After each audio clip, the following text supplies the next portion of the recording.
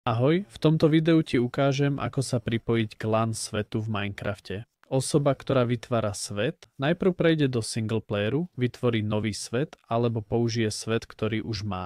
To je úplne jedno. Keď si vo svete, stlačíš Escape a klikneš na otvoriť pre LAN. Potom si môžeš nastaviť herný režim a či chceš povoliť príkazy. Číslo portu môžeš nechať tak a klikneš na spustiť LAN svet. Uvidíš port, ale ten nie je dôležitý. Osoba, ktorá sa pripája, ide do multiplayer a tam sa vyhľadajú svety v lokálnej sieti. Je dôležité, aby boli obaja v rovnakej sieti a potom sa môžeš pripojiť. Ak sa ti svet nezobrazí, stlač klávesu Windows a niekde dole uvidíš oznámenie od Firewallu. Tam musíš povoliť prístup, aby si sa mohol pripojiť. Mám tu len screenshot, pretože som to už urobil. Ale až keď som klikol na povoliť prístup, začalo to fungovať. A osoba, ktorá zdieľa server, musí urobiť to isté. Takto jednoducho sa pripojíš k LAN svetu. Ak ti toto video pomohlo, potešil by ma like a dovidenia.